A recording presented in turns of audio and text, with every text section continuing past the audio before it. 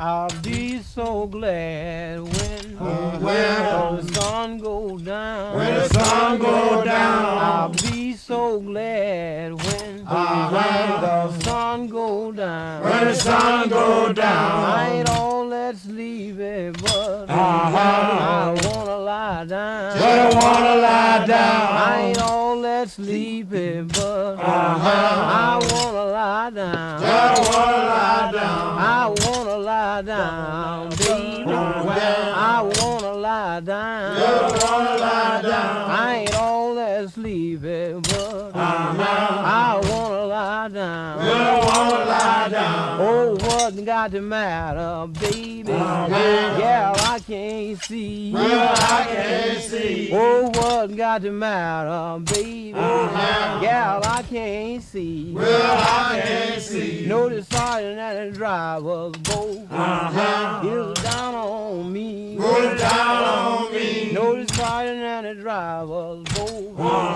is down on me. They're down on me. Just chop your corner like I chop mine. Well, I chop mine. Just chop your corner like I chop mine. Like I chop mine. Well, you won't be worried when the sun go down. When the sun go down. You'll never be worried when. According to Thomas Head, the author of Greens, A Savor of the South Cookbook, greens are an inextricable part of Southern culture. Aside from the cultivated varieties of greens, historically, Southerners have eaten a great variety of wild greens as they were an important supplement to their diets. Adrian Miller, who describes himself as a recovering lawyer and politician, wrote Soul Food, the surprising story of an American cuisine, one plate at a time, winning the James Beard Award for reference and scholarship. He points out that greens have a primacy in soul food circles. They are most often the first answer that people give when asked to name a soul food. Greens were central to the diets of everyone, both enslaved and free in the South. As culinary historian Lenny Sorensen points out, everybody gardened, they had to. Rich and poor, black and white, enslaved and free. Everybody ate greens because they were easy to grow, and particularly in the South, had a long growing season. Social, economic, and geographic distinctions often determined what kinds of greens people ate and how they cooked them. In her book, The Virginia Housewife, Mary Randolph, Thomas Jefferson's cousin, gives a recipe for turnip tops that are boiled with bacon in the Virginia style. Adrian Miller gives examples of the slave diet, usually one-pot meals of whatever greens were in season, flavored with a little smoked or salted meat or fish. The children were often given the pot liquor. Another defining characteristic of soul food greens is that they are usually cooked with pork, but Miller points out that this would not have been the case in Africa, not only because pork was expensive, but also because Africa's large Muslim population would consider consuming it a taboo. Spanish explorer and conquistador Hernando de Soto brought pigs to North America, and Sir Walter Raleigh brought pigs to Jamestown from England in 1607. Their numbers quickly grew because they foraged for their own food in the forest and required practically no upkeep. They were rounded up and slaughtered in the fall, and the meat was generally salted or smoked for use during the rest of the year. A fresh pork roast or fresh ham might be a special treat at the plantation big house for holidays or at pig killing time, but the usual practice was that all the meat that was not going to be eaten in the next few days went into the salt barrel. It was not until refrigeration became common in the mid-19th century that people bought fresh pork and began to rely on muscle meat. So pork, or in the coastal regions, smoked or salted fish, became an integral part of the cooking of enslaved African Americans and an essential flavoring ingredient in a pot of greens. No one is really sure where the term barbecue originated.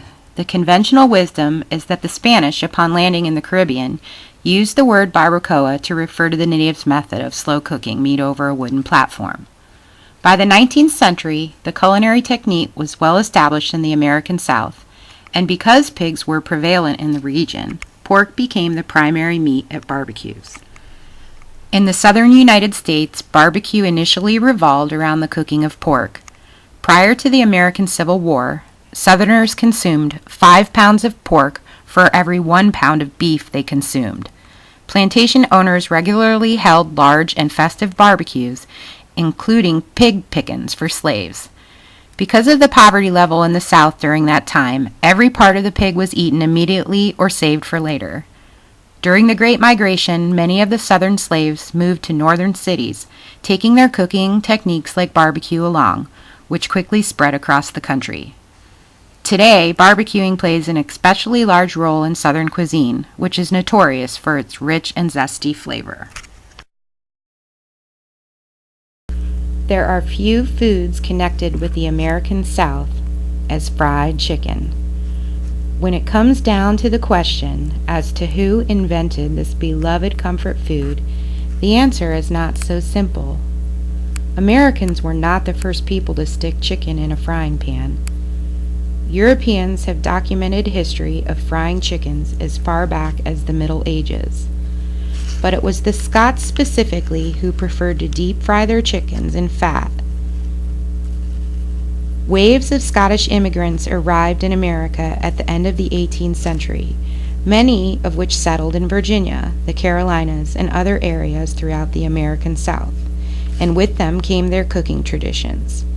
But while the Scots provided the ideal cooking method for fried chicken, it was the African slaves who invented fried chicken the way we know and love it today.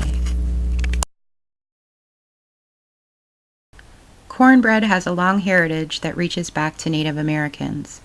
To many of us, cornbread seems like the most southern of specialties, with a history that traces literal roots back to the crops of the pre-European Native Americans. Though it's probably true that Southerners make the best cornbread, this treat was warmly embraced by the European settlers who came to the New World, where they found maize, which the Indians ground into meal and mixed with water and salt to make cornbread. The most basic cornbread recipe was made using cornmeal, water, cooking fat, and possibly salt. Native Americans may have also added other ingredients to make a more substantial and nutritious cake, such as sunflower seeds, nuts, and berries. Native Americans would fry the cake on hot rocks or in an iron skillet. Settlers commonly called this type of cornbread hoe cake because they could be baked on a garden hoe held or wedged up against an open fire. These small individual cakes were cooked and eaten with soups or stews. American home cooks eventually started adding additional ingredients as wealth increased and additional products became easier to acquire, such as yeast, butter, eggs, milk, buttermilk, sugar, and molasses. These additional ingredients transformed the dense plain hoe cake into a lighter and sweeter cornmeal cake. In addition, wheat flour was added to lighten the taste and density of traditional cornbreads made with just cornmeal. Similarly, as sugar became more affordable and accessible, it became a regular ingredient in the recipe. Although traditional cornbread was not sweet at all in the South, regional preferences for sweetness in the recipe did develop. For example, in the North, molasses was added as early as the beginning of the 19th century, and as a result of the growing taste for sugar in cornbread, most American cornbread recipes of the 21st century are sweet. In this sweetness lies the controversy. Cornbread lines have gotten fuzzy. There are sweet cornbread fans in the white camp and non-sweet cornbread fans among African Americans, but the two styles are distinctive enough to make anyone who pays attention wonder how the racial difference started. The most common theory is the change in the cornmeal itself. Until early in the 20th century, Southern cornmeal was made with sweeter white corn and it was water ground. What about the claim that sweet cornbread is Northern?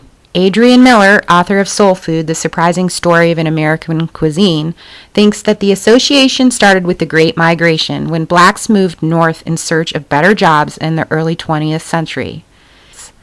I keep going back and forth between Southern and soul food, he says, and sugar and cornbread is one of those demarcation points.